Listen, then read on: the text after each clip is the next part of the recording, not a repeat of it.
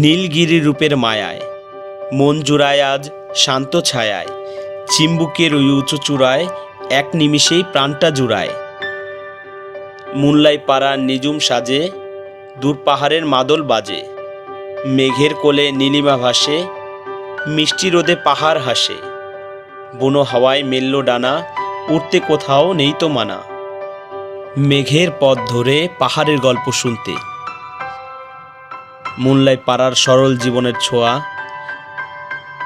চিম্বুক পাহাড়ের বুক জুড়ে মেঘের ভেলা, আর নীলগিরি রূপে হারিয়ে যাওয়ার এক অপূর্ব অনুভূতি।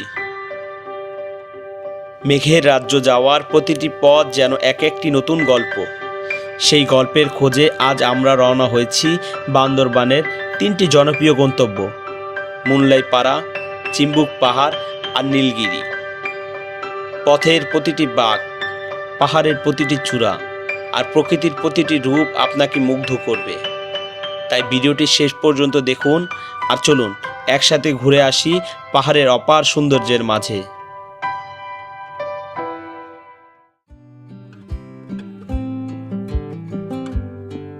ভোরের নরম আলো যখন ধীরে ধীরে পাহাড়ের গায়ে ছড়িয়ে পড়ছে, ঠিক তখনই ঘুম ভাঙল আমাদের। রাতের নীরবতার পর বগালেক যেন নতুন করে জেগে উঠেছে।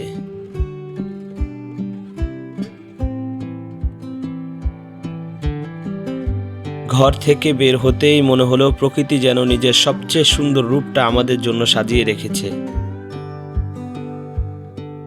এই সৌন্দর্যকে পেছনে রেখে আমাদের আবার পথ চলতে হবে। আর চেহারা পুরো দেওয়া যায় গান যখন মতন লাগতেছে।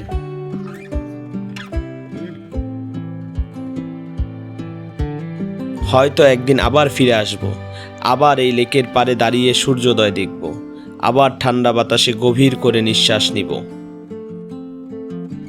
ততদিন পর্যন্ত বগালেক তোমার এই শান্ত সকাল, এই নির্মল সৌন্দর্য আর পাহাড়ি নীরবতা আমাদের স্মৃতির সবচেয়ে সুন্দর পাতায় লেখা থাকবে। আমাদের যাত্রার নতুন অধ্যায়ের শুরু। সামনে অপেক্ষা করছে আরও দীর্ঘ পথ, আরও নতুন অভিজ্ঞতা আর পাহাড়ের অজানা সৌন্দর্য।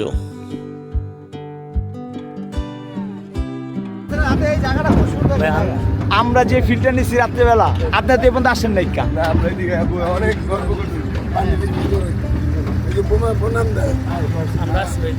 আপনি আসছিলেন, আপনি আসেন নাই রাত্রেবেলা, আপনারা ঘুমাইছেন, রেস্ট নিচ্ছেন। আসসালামু আলাইকুম। আজকে আমাদের বান্দরবনের 3 দিনের যাত্রা শুরু। আমরা এখন যাচ্ছি মুনলাই পাড়া। বগালেক থেকে বের হয়ে গেছি, মুনলাই পাড়া যাবো। আপনি কিছুক্ষণ পরে মুনলাই পাড়াকে দেখতে পাবেন।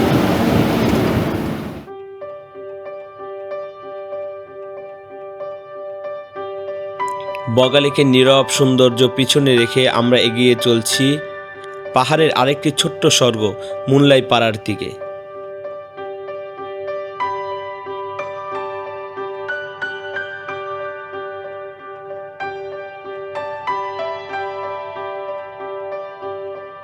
পাহাড়ি আঁকাবাঁকা পথ, খাড়া উঁচু নিচু ট্রেইল আর চারপাশে সবুজ ঘন বন। এ পথের প্রতিটি বাঁক যেন নতুন একটি দৃশ্যের অপেক্ষায় রাখে। এখানে গন্তব্যের চেয়ে পথটাই বেশি সুন্দর। আসসালামু আলাইকুম। আমাদের বান্দরবন ডে 3 আজকের প্রথম ভিজিট করতেছি আমরা মুনলাই পাড়াতে। আমাদের গ্রুপটা এখন মুনলাই পাড়াতে চলে আসছি। দেখবো মুনলাই পাড়াতে ভিজিট করবো। বাংলাদেশে অনেক সুন্দর গ্রাম এটা, বান্দরবনের সবচেয়ে সুন্দর পরিপাটি করে গোছানো এই গ্রামটা। আমরা এই গ্রামটা এখন দেখবো, ঘুরে দেখবো। ছোট্ট এই পাহাড়ি গ্রামটি যেন প্রকৃতির কোলে লুকিয়ে থাকা এক টুকরো শান্তির ঠিকানা। মুনলাই পাড়াটি মূলত বম ক্ষুদ্র নৌগোষ্ঠীর একটি গুরুত্বপূর্ণ বসতি। প্রতিটি গ্রামে নামের পিছনে লুকিয়ে থাকে একটি গল্প, আর মুনলাই পাড়ার গল্পটি ঠিক তেমনই। স্থানীয়দের প্রচলিত ব্যাখ্যা অনুযায়ী মুনলাই শব্দটি এসেছে বম ভাষা থেকে, যার অর্থ মাঝখানে। চারদিকে সবুজ পাহাড়ে ঘেরা এই গ্রামটি যেন প্রকৃতির ঠিক মাঝখানে নিজের ছোট্ট একটি পৃথিবী গড়ে তুলেছে। হয়তো সে কারণেই এর নাম হয়েছে মুনলাই পাড়া।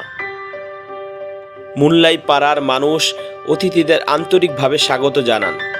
তাদের হাসি, সরলতা আর আন্তরিক ব্যবহার খুব সহজেই মন ছুঁয়ে যায়। এখানকার জীবন হয়তো সহজ, কিন্তু সেই সরলতার মধ্যেই লুকিয়ে আছে সত্যিকারের প্রশান্তি। মুনলাই পাড়ায় প্রতি শনিবার একটি সাপ্তাহিক বাজার বসে।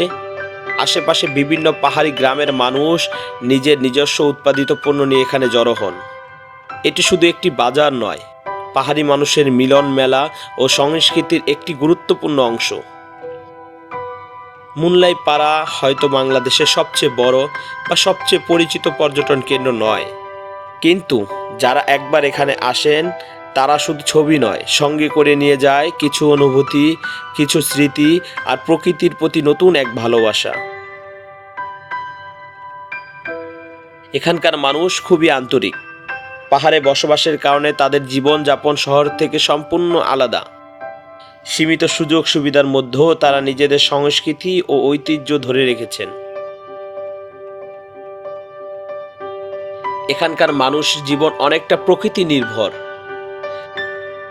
বাঁশ ও কাঠের তৈরি ঘর, চারপাশে ফলের গাছ আর পাহাড়ি পথ, সবকিছু মিলিয়ে মনে হয় যেন সময় এখানে ধীরে চলে। পাহাড়ি গ্রামগুলোতে পানির প্রতিটি ফোঁটার মূল্য অনেক বেশি। এখানে অনেক পরিবার এখনও পাহাড়ি ঝর্ণার পানি বা প্রাকৃতিক পানির উপর নির্ভরশীল। তাই এখানে পানি অপচয় না করা স্থানীয়দের সংস্কৃতির একটি অংশ।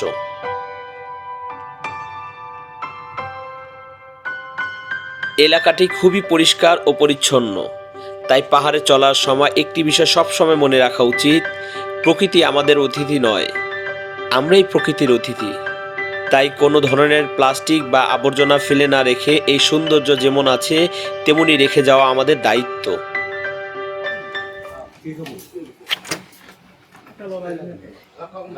এই জায়গায় আমরা 20 টাকা দিয়ে একটা আইসক্রিম খাচ্ছি। আইসক্রিমটা আসলে অনেক টেস্ট, কাঁচা আম দিয়ে বানানো, স্থানীয়ভাবে হোমমেড আইসক্রিম।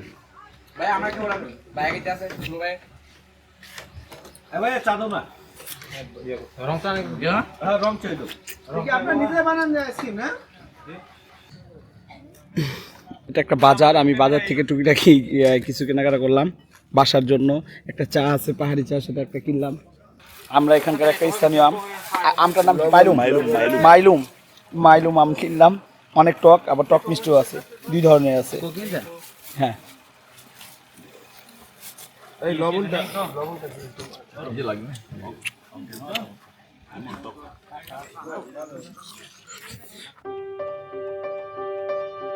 মুনলাই পাড়ার শান্ত প্রকৃতিকে বিদায় জানিয়ে আমরা আবার রওনা হলাম রুমা বাজারের পথে। পাহাড়ের বুক চিরে এগিয়ে চলছি আমরা। সামনে কি অপেক্ষা করছে জানি না, কিন্তু এটুকু জানি এ পথের প্রতিটি মুহূর্তই একদিন সবচেয়ে সুন্দর স্মৃতি হয়ে থাকবে। এ পথ শুধু এক জায়গা থেকে আরেক জায়গা যাওয়ার রাস্তা নয়। এই পথ শেখায় ধৈর্য ধরতে, প্রকৃতিকে সম্মান করতে, আর মনে করিয়ে দেয় পৃথিবীর সব সুন্দর দৃশ্যগুলো পেতে হলে একটু কষ্ট করতেই হয়।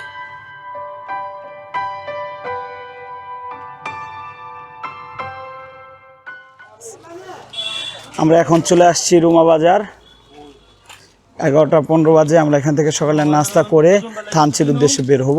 থানচি যাওয়ার পথে 2-3টা দর্শনীয় স্থান আছে, সেগুলো আমরা ভিজিট করব। এই আমাদের গ্রুপ, সবাই যার যার মতন করে থানচি নিয়ে যাবো। আমাদের গতকালকে ড্রাইভার সকালে কেউ নাস্তা খায় নেই। আপনারা যখনই আর কি ঘুরতে আসবেন প্ল্যান করে মাথায় রাখা লাগবো, দুপুরবেলা খাইতে পারবেন না, আর শুকনো খাবার সাথে মাছ বি রাখা লাগবে। সবাই গাড়ি এখানে দাঁড়াও।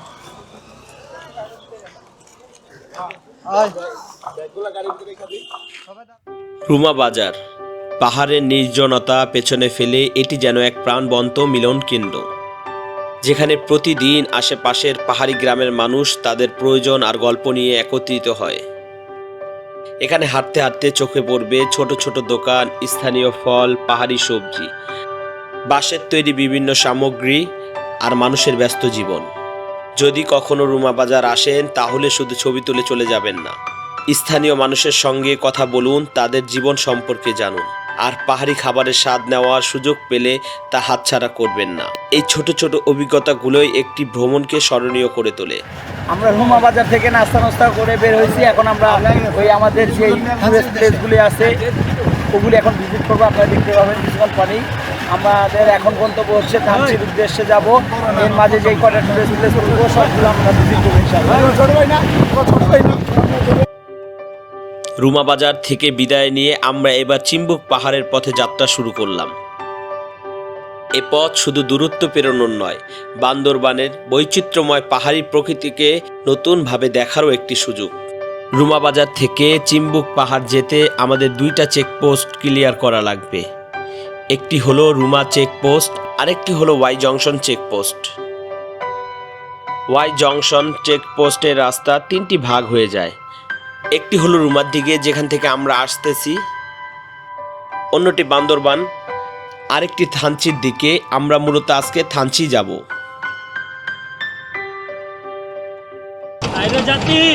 তোরা আইলি না,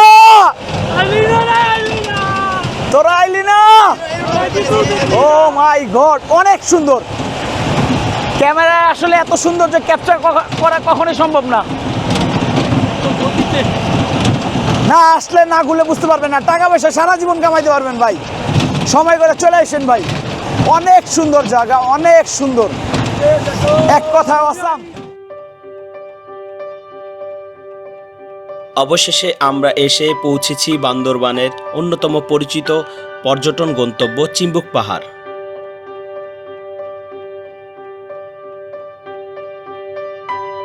চিম্বুক পর্যটন কেন্দ্রটিতে ঢুকতে আমাদের জনপ্রতি 30 টাকা করে খরচ পড়েছে। সমুদ্রপৃষ্ঠ থেকে প্রায় 2500 ফুট উচ্চতায় অবস্থিত চিম্বুক পাহাড়টি বহু বছর ধরে বাংলাদেশের অন্যতম পর্যটন কেন্দ্র। বাতাসটা এখানে অন্যরকম, এতটাই নির্মল যেন প্রতিটি নিঃশ্বাসের সঙ্গে শহরের সব ক্লান্তি কোথাও হারিয়ে যাচ্ছে। চিম্বুকে আবহাওয়া কখন কি রূপ নেবে তা আগে থেকে বলা কঠিন। রোদের ঝলকানি থেকে মুহূর্তে চারপাশে মেঘে ঢেকে যেতে পারে। অনেকেই বলে চিম্বুকে একদিনে 4 ঋতুর অনুভূতি পাওয়া যায়। চিম্বুকে পরিচয় শুধু তার উচ্চতা নয়, তার দৃষ্টিতে। এখান থেকে যতদূর চোখ যায় শুধু পাহাড়, একটার পর একটা পাহাড়, যেন সবুজ রঙের অসীম ঢেউ দিগন্ত ছুঁতে ছুটে চলেছে। বর্ষাকালে এ পাহাড়গুলো গাঢ় সবুজে ঢেকে যায়, আর শীতের সকালে কুয়াশা সরে গেলে দূরে পাহাড়গুলো একে একে দৃশ্যমান হয়। চিম্বুকের সবচেয়ে বড় সৌন্দর্য হয়তো এর দৃশ্য নয়, বরং এর নীরবতা। এখানে দাঁড়িয়ে কয়েক মিনিট যদি চুপচাপ থাকেন তাহলে শুনতে পাবেন বাতাসের শব্দ, দূরে পাখির ডাক আর পাহাড়ের গভীর শান্তি। হয়তো এই কারণে মানুষ বারবার পাহাড়ে ফিরে আসেন, নতুন ছবি তোলার জন্য নয়, বরং ভিতরের ক্লান্তিকে কিছু সময়ের জন্য প্রকৃতির হাতে তুলে দিতে। পাহাড় থেকে ভিউটা দেখেন, এত সুন্দর লাগতেছে কি বলবো। শীতের সময় আরও সুন্দর মনে হয়। এই পাহাড়গুলোর উপরে মেঘ জমে থাকে, আপনার কাছে মনে হবে আপনার সামনে সমুদ্র, মেঘের সমুদ্র।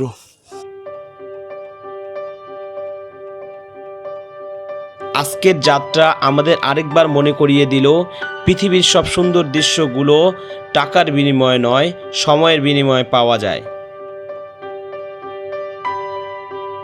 আর সেই সময় যদি কাটে চিম্বুকের মতো কোনো পাহাড়ের চূড়ায়, তাহলে সেই স্মৃতি সারা জীবন সঙ্গী হয়ে থাকে।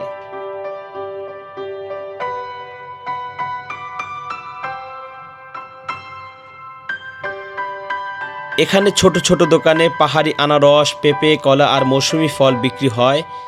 পাহাড়ি মানুষের আন্তরিক হাসি আর সরল অতিথিয়তা এই জায়গাটিকে আরও আপন করে তোলে। চিম্বুক পাহাড়ের অপার সৌন্দর্য হৃদয়ে নিয়ে এবার আমরা রওনা দিলাম আরেকটি বহুল আলোচিত গন্তব্য টাইটানিক ভিউ পয়েন্টের উদ্দেশ্যে। আমাদের পুরো যাত্রার জন্য আমরা রুমাবাজার থেকেই থানচিগামী একটি গাড়ি ভাড়া নিয়েছিলাম। গাড়ি ভাড়ার খরচ পড়েছিল 5000 টাকা। এ পথ ধরেই পড়ে চিম্বুক পাহাড়, টাইটানিক ভিউ পয়েন্ট, নীলগিরি সহ আরও কয়েকটি মনোমুগ্ধকর ভিউ পয়েন্ট। তাই আমরাও ঠিক করলাম তাড়াহুড়া না করে পথে পড়া প্রতিটি সুন্দর জায়গা একটু করে থামবো, দেখব, অনুভব করব।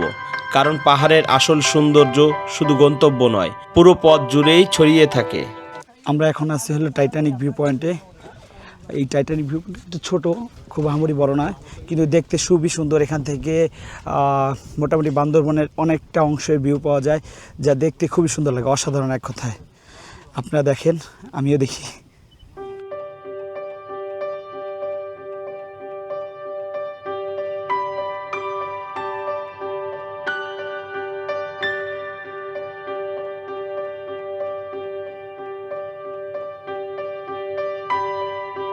প্রথম দেখায় মনে হতে পারে এটি আর 10টা ভিউ পয়েন্টের মতোই, কিন্তু একটু মন দিয়ে তাকালেই চোখে পড়ে এক অদ্ভুত দৃশ্য। পাহাড়ের একটি সরু অংশ অনেকটা সমুদ্র চিরে এগিয়ে চলা টাইটানিক জাহাজের নাকের মতো দেখায়। আর সেই মিল থেকেই পর্যটকদের মুখে মুখে জায়গাটির নাম হয়ে গেছে টাইটানিক ভিউ পয়েন্ট। প্রতিদিন অসংখ্য পর্যটন এখানে আসেন, কেউ ছবি তুলতে, কেউ ভিডিও বানাতে, আবার কেউ শুধু কিছুক্ষণ নীরবে দাঁড়িয়ে থাকে, কিন্তু সবাই একটি জিনিস সঙ্গে নিয়ে ফিরে যান, এক টুকরো শান্তি।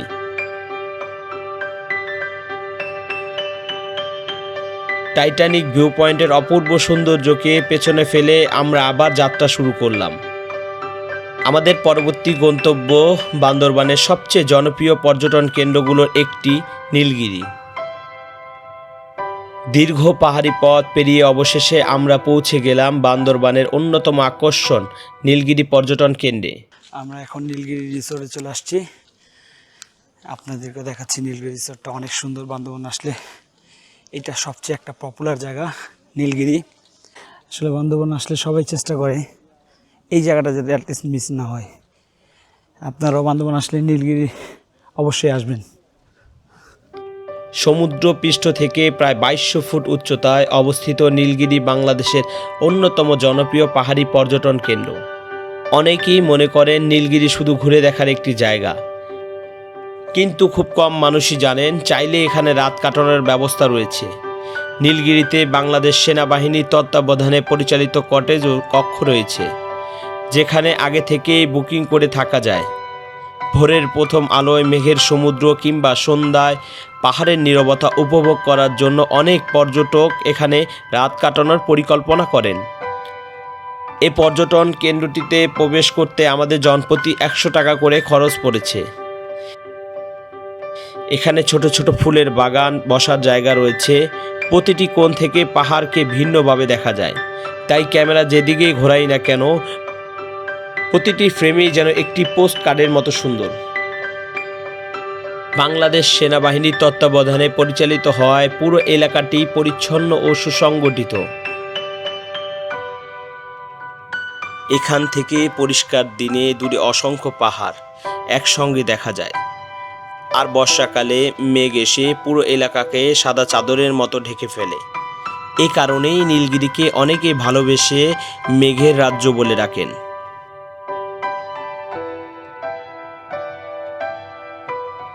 নীলগিরিতে আরেকটি বিশেষ আকর্ষণ হলো এর ভিউ পয়েন্টগুলো। এখানে দাঁড়িয়ে সূর্যোদয় কিংবা সূর্যাস্ত দেখা অনেক ভ্রমণকারীর জন্য জীবনের স্মরণীয় অভিজ্ঞতাগুলোর একটি। আকাশের রং বদলের সঙ্গে সঙ্গে পাহাড়ের রূপও বদলে যায়।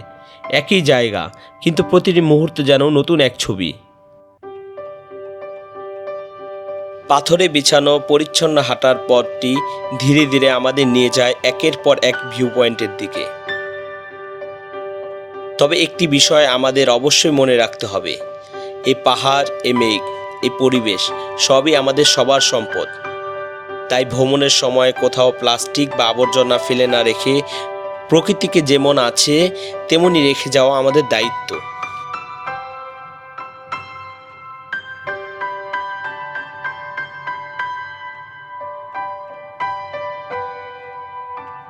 নীলগিরি প্রতিদিন একরকম থাকে না। সকালে যে দৃশ্য দেখবেন বিকালে সেটি বদলে যাবে। আজ যে পাহাড় পরিষ্কার দেখা যাচ্ছে, কয়েক মিনিট পর হয়তো সেটাই মেঘের আড়ালে হারিয়ে যাবে।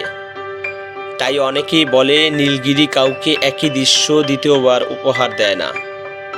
এখানে দাঁড়িয়ে আরেকটি বিষয় খুব সহজেই অনুভব করা যায়, প্রকৃতি কখনো শব্দ করে নিজের সৌন্দর্য দেখায় না। তাই নীলগিরিতে এলে মানুষ নিজের অজান্তে একটু চুপ হয়ে যায়, কারণ কিছু দৃশ্য ভাষায় নয়, শুধু অনুভূতিতে সুন্দর লাগে।